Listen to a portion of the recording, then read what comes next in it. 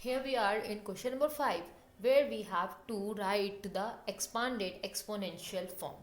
आप expanded form तो already पढ़ चुके हैं इससे पहले वाली क्लासेस में. एक एग्जाम्पल देखते हैं ना कुछ इस तरह से. Let's say 5284 let's say. तो आप इससे जब एक्सपांडेड फॉर्म करना होता था आप क्या करते थे, ये 5000 है तो आप इसे लिखते थे 5000 प्लस फिर ये 2, ये 100 की पोजीशन पे है तो 200, ये टेंस की पोजीशन पे है इसलिए 80 और ये वंस की पोजीशन पे इसलिए वंस की प्लेस पे एज इट इज़ लिखा जाता है. In this way we use to write ना.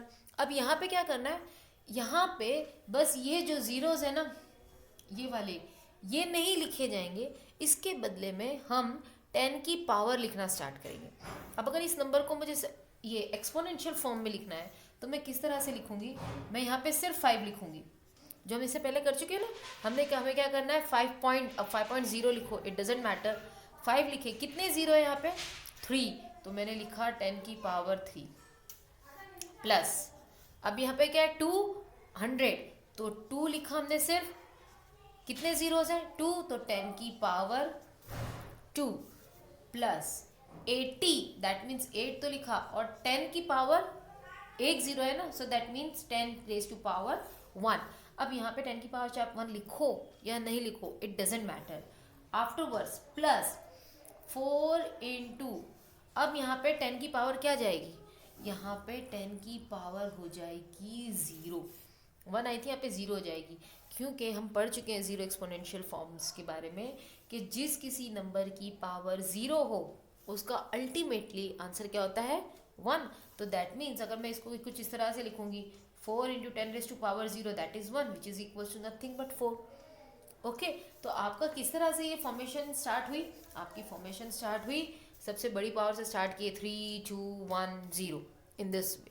तो 0 पे आके आपका एक्सपोनेंशियल फॉर्म्स फिनिश हो जाता है. अब यहाँ पे थोड़े बड़े नंबर है तो let's see how we will do this. क्या करना है आपको, सिर्फ आपको काउंट करना है कि जो नंबर अभी आप ले रहे हो या जो डिजिट आप ले रहे हो उस डिजिट के बाद में और कितने डिजिट्स आ रहे हैं and that we have to put into the power. So first of all will write the question one more time. 3 2 5 6 7 4 8 0 5. Okay, so हम स्टार्ट करते हैं यहाँ से.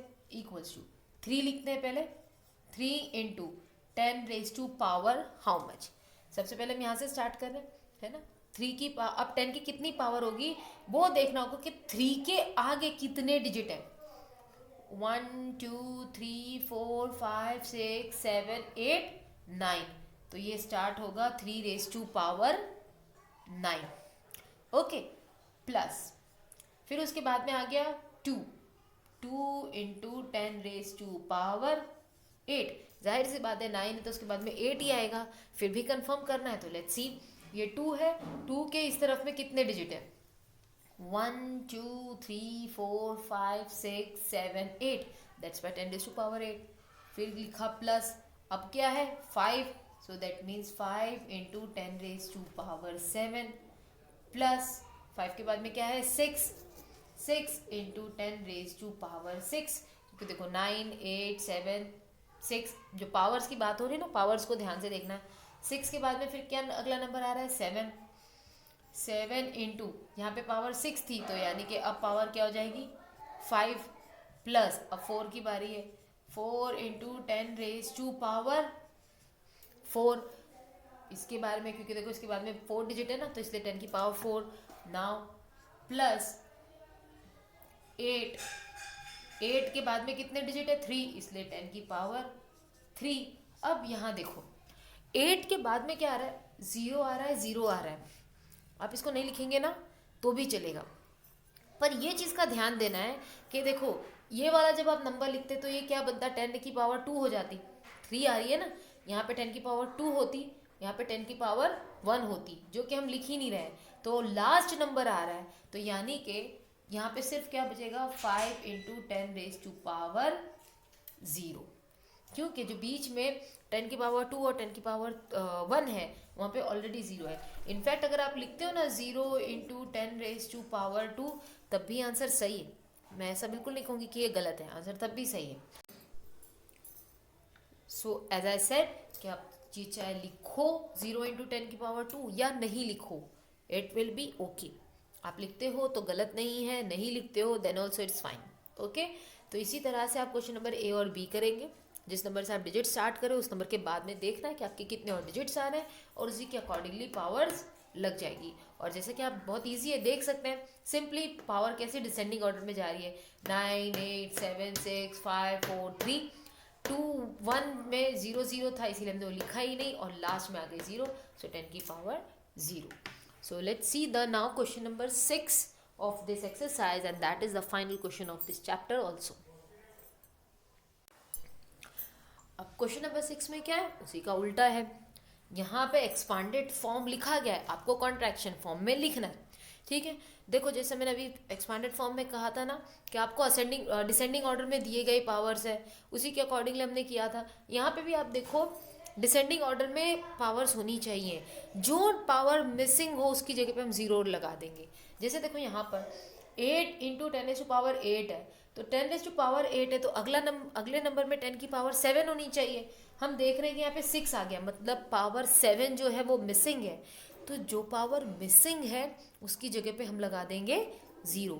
हमने 20 से पहले वाले क्वेश्चन में देखा था कि 10⁻2 और 10⁻1 की जगह पर 0 था, तो हमने उसे लिखा ही नहीं, हमने डायरेक्ट 10⁻3 और फिर लास्ट वाले में 10⁻0 मेंशन कर दी थी। तो ठीक उसी तरह से इसमें करना है। सिंपली हमने 8 से स्टार्ट कर दिया, बस 8 स्टार्ट किया। 8 के बाद में ये कितना 10⁻8 है, इसके बाद में 10 की पावर क्या आनी चाहिए 7, तो 7 आ रही है क्या, नहीं 7 नहीं है, इसीलिए लगा दिया 0। 7 के बाद में पावर कितनी आएगी 6, तो 10⁻6 के साथ में डिजिट क्या है 6। 10⁻6 के बाद में डिजिट कौन सा पावर आएगी 10⁻5। 5 के लिए 10⁻5 के साथ में डिजिट कौन सा है 4। आफ्टर दिस 10⁻4 के बाद में 5 के बाद में 10⁻4, और इसके साथ में डिजिट कौन सा है 5, that is significant value what we are talking about. 4 के बाद में पावर 4 के बाद में पावर कितनी आनी चाहिए 3, तो 3 है, उसके साथ में नंबर भी 3 है। फिर उसके बाद में 10⁻2 है, उसके साथ में भी नंबर 2 है। अब 10⁻2 के बाद में क्या आना चाहिए 10⁻1, जो कि यहाँ पे नहीं है, यहाँ पे 10⁻0 आ रही है, तो जो पावर नहीं है उसकी लगा दी है हमने 0। और फिर उसके बाद में 1 ये खत्म हो गया, 1 के बाद में डायरेक्ट क्या आ जाएगा सिर्फ 7। So this will become your answer. बस आपको इतना ही करना है, जो पावर नहीं है उसकी जगह पे 0 लिखना है। Okay, let's see over here. एक क्वेश्चन मैंने और ले रखा है, question number C. This is 9 into 10⁻10, then 2 into 10⁻6, then 1 into 10⁻5, then 7 into 10⁻1, and then 5 into 10⁻0। तो हम 9 से स्टार्ट करते हैं, तो चलो 9 से स्टार्ट कर लिए। इसकी पावर थी 10, 10 के बाद में पावर कितनी आनी चाहिए थी 9, है क्या यहाँ पे नहीं है, पावर 9 नहीं है तो उसकी लगा दिए 0। 9 के बाद में पावर कितनी आनी चाहिए 8, नहीं है तो फिर से लगा दिया 0। फिर 8 के पहले के फिर उसके बाद में कौन सी पावर आनी चाहिए 7, that is also missing, so we will put again 0। 7 के बाद में अब कौन सी पावर आएगी 6, वो है हमारे पास में, और पावर 6 के साथ में जो सिग्निफिकेंट वैल्यू है वो 2, we will write over here. 6 के बाद में पावर आएगी 5, वी हैव ओवर हियर, और उसकी सिग्निफिकेंट वैल्यू है 1, तो वो हमने लिख दी। 5 के बाद में पावर कौन सी आनी चाहिए 4, लेकिन यहाँ पावर क्या है 1, तो जो पावर मिसिंग है उसकी जगह पे हम कितना लिखेंगे 0। तो 10⁻4 के लिए 0, 10⁻3 के लिए 0, 10⁻2 के लिए 0, ये 10⁻5 के लिए आ गया था। फिर उसके बाद में कितनी 4 3 2, इन तीनों के लिए 0, क्योंकि ये 3 पावर्स नहीं है।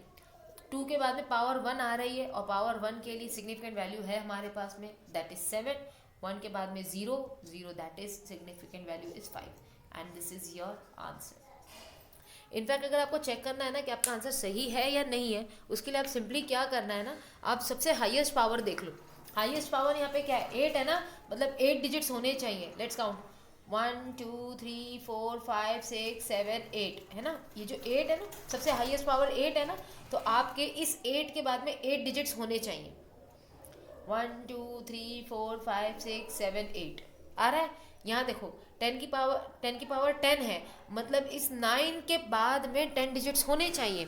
लेट्स काउंट 1 2 3 4 5 6 7 8 9 10 आ रहे हैं ना, 9 के बाद में 10 डिजिट्स आने चाहिए। So in this way we will say yes, our answer is correct.